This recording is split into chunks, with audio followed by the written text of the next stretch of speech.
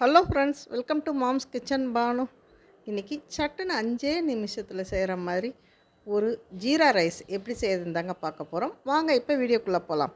வீடியோக்குள்ளே போகிறதுக்கு முன்னாடி நம்ம மாம்ஸ் கிச்சன் பானு சேனலை சப்ஸ்கிரைப் பண்ணுங்கள்.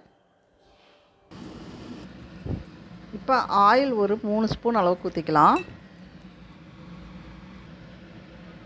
நெய் ஒரு 1.5 ஸ்பூன் அளவுக்கு ஊற்றிக்கலாம்.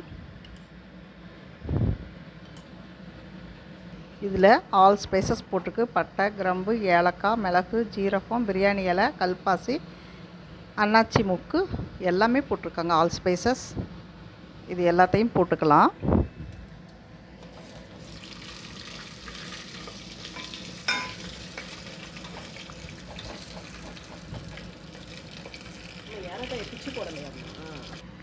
ஆல் ஸ்பைசஸ் போட்டாச்சு. இப்போ இஞ்சி பூண்டு பேஸ்ட் 1 ஸ்பூன் இதை போட்டு பச்சை வாசனை போகிற வரைக்கும் நல்லா கலக்கி விடலாம்.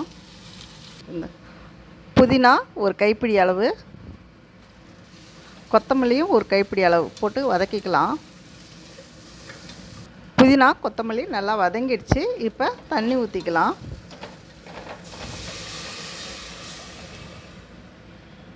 இப்போ 1 கிளாஸ் அரிசிக்கு 2 கிளாஸ் தண்ணி வீதம் ஊற்றிக்கிட்டோம். இப்போ தேவையான அளவு உப்பு போட்டுக்கலாம்.